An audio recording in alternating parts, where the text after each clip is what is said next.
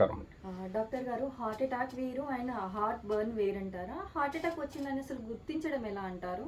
వెంటనే ఎలాంటి జాగ్రత్తలు తీసుకుంటే హార్ట్ అటాక్ నుంచి బయటపడొచ్చు అనేసి అంటారు? హార్ట్ అటాక్ అంటే గుండెపోటు. గుండెపోటు అన్నది గుండెలో ధమనులు అంటే రక్త ప్రసారం, కండరాలకు సప్లై చేసే రక్త ప్రసారము 3 రక్తనాళాల ద్వారా సప్లై చేస్తుంటారండి. ఎప్పుడైతే 1, 2, 3 రక్తనాళాల్లో రక్తం గడ్డ కానీ లేకపోతే రక్తనాళాల బ్లాక్ వలన రక్త ప్రసారం ఆగిపోయినప్పుడు ఆ కండరాలు పనిచేయడం మానేస్తాయి.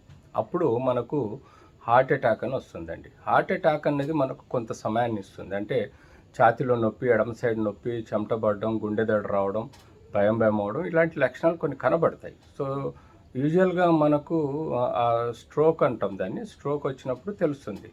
హార్ట్ బర్న్ అంటే అది ఛాతీలో, అంటే ఈ ఛాతీలో గుండె ఇక్కడ ఉంటే కడుపు ఇక్కడ ఉంటుంది, స్టమక్ ఇక్కడ ఉంటుంది. ఈ స్టమక్లో మనకు ఎప్పుడు నిరంతరము డైల్యూటెడ్ హైడ్రోక్లోరిక్ యాసిడ్ డెవలప్ అవుతుంది. ఆ హైడ్రోక్లోరిక్ యాసిడ్ అన్నది మనం తీసుకునే వాటర్ కానీ, ఫుడ్ కానీ, లేకపోతే లాలాజలం కానీ అది డైజెస్ట్ చేస్తూ ఉంటుంది.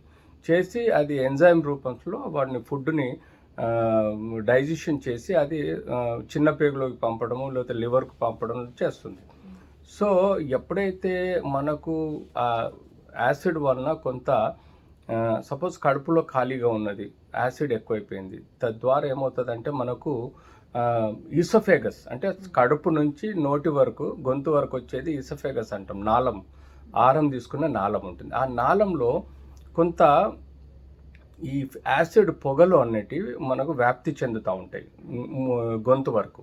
ఆ వ్యాప్తి చెందే పొరలు ఏవైతే ఉంటాయో ఆ నాళం లోపల భాగంలో సున్నితమైన మ్యూకస్ మెంబ్రెయిన్ని ఇరిటేట్ చేస్తాయి. దాన్ని మేము ఇన్ఫ్లమేషన్ అంటాం. అంటే ఇన్ఫ్లమేషన్ అంటే ఆ నాళం లోపల ఉండే మ్యూకస్ మెంబ్రెయిన్ని ఇరిటేట్ చేయటం వల్ల ఈ యాసిడ్ మనకు నొప్పి రావడం మొదలవుతుంది, మంట రావడం మొదలవుతుంది, ఎగ్గొచ్చినట్టు ఇలా కడుపులో నుంచి పైకి బేవులు వస్తుంటాయి. ఈ సమస్యని మనం హార్ట్ బర్న్ అంటాం. అంటే ఇది గుండెకు సంబంధించింది కాదు, కానీ గుండె పక్కన ఉండే ఆహార నాళంలో వచ్చే యాసిడ్ పొగలతోటి డెవలప్ అయ్యే ఒక మంటని మనం హార్ట్ బర్న్ అని అంటాం. సో ఈ హార్ట్ అటాక్, హార్ట్ బర్న్కి తేడా ఏంటంటే, హార్ట్ అటాక్లో లెఫ్ట్ సైడ్ చెస్ట్ పెయిన్ వచ్చేసి గుండె దడ వస్తుంది, అంతేకాకుండా బరువు అనిపిస్తుంది, అంతేకాకుండా మనకు ఆయాసం వస్తుంది, అంతేకాకుండా కొంత పడిపోయే ఆస్కారం ఉంటుంది. కానీ హార్ట్ బర్న్లో యూజువల్గా ఈ సిమ్టమ్స్ ఉండవు.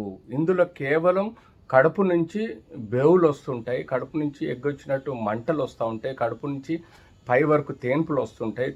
తద్వారా ఈ ఏరియాలో మనకు నొప్పి మొదలవుతుంది. సో ఈ రెండింటికి బేరీజ్ వేసుకొని దాన్ని బట్టి ఇది హార్ట్ బర్న్, ఇది లేకపోతే హార్ట్ అటాక్ అనుకోవాలి. కానీ చాలా సమయాలలో ఈవెన్ డాక్టర్స్లలో కూడా హార్ట్ బర్న్ అని చెప్పేసి వాళ్ళు హార్ట్ అటాక్ను ఇగ్నోర్ చేస్తారు. సో అది చాలా క్రిటికల్ అండి. యూజువల్గా కామన్ ప్రజలు ఏం చేస్తారంటే, నాకు యాసిడిటీ ఉందిలే, హార్ట్ బర్న్ ఉందిలే అని ఎప్పటికప్పుడు ఈ డైజన్ టాబ్లెట్లు చప్పరించడము లేదా ఈనో తాగడము ఇలాంటివి చేస్తుంటారు. సో అది టెంపరీగా ఏమవుతుందంటే మనకు హార్ట్ బర్న్ కంట్రోల్ చేస్తుంది, కానీ దాని వెనకాల హార్ట్ ప్రాబ్లం ఉన్నది అర్థం కాదు. సడన్గా హార్ట్ బర్న్ లాగా వచ్చింది హార్ట్ అటాక్గా మారే ప్రమాదం ఉంటుంది. ఎందుకంటే ఎప్పుడు గుండె చెక్ చేయించుకునే వాడికి ఇలాంటి సమస్యలు డెవలప్ అవుతాయి. కాబట్టి రెగ్యులర్గా యాసిడిటీ, హార్ట్ బర్న్ వచ్చే వ్యక్తులలో సంవత్సరానికి 1-2 సార్లు ఈసీజీ కంపల్సరీ తీసుకోవాలి. కేవలం ఇది హార్ట్ బర్న్, నాకు యాసిడిటీ ప్రాబ్లం ఉంది, నాకు టెన్షన్స్ తోటి వస్తుంది, నాకు ఆ కారం తింటూ వస్తుంది, మసాలా తింటూ వస్తుంది అని చెప్పేసి ఇది యాసిడిటీ లాగా ఇగ్నోర్ చేయకూడదు. ఇలాంటి రెగ్యులర్గా ఈ ప్రపంచంలో దాదాపుగా 80% వ్యక్తులలో తీసుకునే ఆహారము, ఉండే టెన్షన్స్, మసాలాలు, జంక్ ఫుడ్ తీసుకోవటం వలన పేగులో మనకు యాసిడ్ ఎక్కువ ప్రొడ్యూస్ అయ్యి ఈ హార్ట్ బర్న్ సమస్యలు అనేది వస్తుంది. Even stress related heart burn కూడా ఉంటుంది.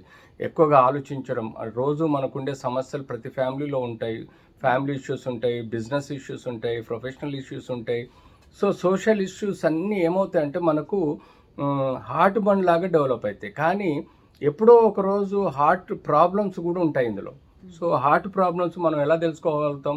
కనీసం 6 నెలలకు అట్లీస్ట్ 25 ఏళ్ళ పైబడిన వ్యక్తులందరూ కంపల్సరీ సంవత్సరానికి 1-2 సార్లు ఈసీజీ తీసుకోవాలి. వీలైతే ట్రెడ్మిల్ చేసుకోవాలి. అవసరం ఉంటే 2D చేయించుకోవాలి. తద్వారా మనకు హార్ట్ ప్రాబ్లం లేనట్టుగా భావించవచ్చు. కానీ నాకు ఎక్కువగా యాసిడిటీ ప్రాబ్లం ఉంది, నాకేం ప్రాబ్లం లేదని ఇగ్నోర్ చేస్తే చాలామంది ఈవెన్ డాక్టర్స్ కూడా హార్ట్ అటాక్తో చనిపోయిన కేసులు ఉన్నాయి. ఎందుకంటే వాళ్ళు యాసిడిటీ హార్ట్ బర్న్ అనుకొని నెగ్లెక్ట్ చేసిన రోజులు కూడా ఉన్నాయి. సో మనం ఈ హార్ట్ బర్న్ని మేనేజ్ చేయాలంటే రెగ్యులర్గా మెడిటేషను, యోగా, తీసుకునే ఆహారము స్పైసీ ఫుడ్ లేకుండా, బయట తీసుకునే ఆహారం తినకుండా ఇంటి తీసుకోవాలి, సాఫ్ట్ డైట్ తీసుకోవాలి. వీలైనంత వరకు మనకు ఈ మసాలాలు, పచ్చళ్ళు, లేకపోతే ఎక్కువగా మనం ఈ పులుసు లాంటివి కానీ, లేకపోతే స్పైసీ ఫుడ్ తినకుండా normal food, even curd rice కానీ, ఈవెన్ సమ్టైమ్స్ మిల్క్ ప్రొడక్ట్స్ ఎక్కువ తీసుకున్నా కూడా అసిడిటీ వచ్చే ప్రమాదం ఉంటుంది, కానీ కొంతమేరకు సపరేషన్ చేస్తుంది. సో యూజువల్గా రెగ్యులర్గా మీరు యాసిడిటీ ప్రాబ్లం ఉంటే ఒకసారి ఎండోస్కోపీ చేయించుకొని పూత ఉందా లేకపోతే అల్సర్ ఉందా అనేది చెక్ చేసుకోవాలి. అల్సర్ ఉంటే దానికి తగ్గట్టుగా ట్రీట్మెంట్ తీసుకోవాల్సిన అవసరం ఉంటుంది. ఈ మధ్యకాలంలో ఆపరేషన్ చేయట్లేదు, అల్సర్ ఉన్నా కూడా దానికి మందులతోటి ఒమిప్రజోల్ అనే మెడిసిన్ వచ్చినప్పటి నుంచి ఈ పూత కానీ అల్సర్ కానీ కంట్రోల్ చేయొచ్చు. కానీ కొన్ని బ్యాక్టీరియా ఉంటాయి కడుపులో, హెలికోబ్యాక్టర్ అని. ఆ బ్యాక్టీరియా వలన ఈ అసిడిటీ కానీ లేకపోతే హార్ట్ బర్న్ వస్తే మాత్రం తప్పకుండా ఒక 1 వీక్ 10 డేస్ దానికి సంబంధించిన యాంటీబయాటిక్ కోర్సు వాడుకొని జీవితాంతం కొంత మనము ఈ పులుసు కానీ లేకపోతే మన స్పైసీ ఫుడ్ కానీ జంక్ ఫుడ్ కానీ తినకుండా బ్లాండ్ డైట్ తీసుకోవాలి వీలైనంత వరకు. తద్వారా మీకు ఈ యొక్క హార్ట్ బర్న్ అనేది మనం కంట్రోల్ చేసుకోవచ్చు. కానీ హార్ట్ అటాక్, గుండెపోటును మాత్రం లైట్గా తీసుకోవద్దు. రెగ్యులర్గా ఈసీజీ, 2D ట్రెడ్మిల్ టెస్ట్ చేసుకుంటే జాగ్రత్తగా ఉండాల్సిన అవసరం ఉంది. అంటే ఈ మధ్య కాలంలో చూసినట్టయితే ఏజ్తో సంబంధం లేకుండా, ఇంత ముందైతే పెద్దవాళ్ళకి వచ్చేది, ఒక 50 తర్వాత వచ్చేది ఏజ్ తర్వాత. ఇప్పుడు చూసుకున్నట్టయితే 20 దాటిన వాళ్ళకి కూడా హార్ట్ అటాక్ వస్తుంది. ఎందుకంటారు అలా? అబ్సల్యూట్లీ. ఈ కోవిడ్ తర్వాత మనకు చాలామంది 18, 13 ఏజ్ వాళ్ళకు కూడా హార్ట్ అటాక్ వచ్చి చనిపోయిన వాళ్ళు ఉన్నారు. సో అబ్సల్యూట్లీ మనకు ఒక సైంటిఫిక్ స్టడీస్ ఏం చెప్తున్నాయంటే డెఫినెట్లీ కోవిడ్ యొక్క వైరస్ ఊపిరితిత్తుల్లో రక్తనాళాలను క్లాట్స్ తయారు చేసి అవి కొంత రెమినెంట్స్ ఉండిపోయినాయి. ఈ రక్తనాళాల్లో ఉన్న క్లాట్స్ మైక్రో క్లాట్స్ అంటాము. ఈ వైరస్ సంబంధించిన క్లాట్స్ ఏవైతే ఉంటాయో అవి ఊపిరితిత్తుల నుంచి గుండెకు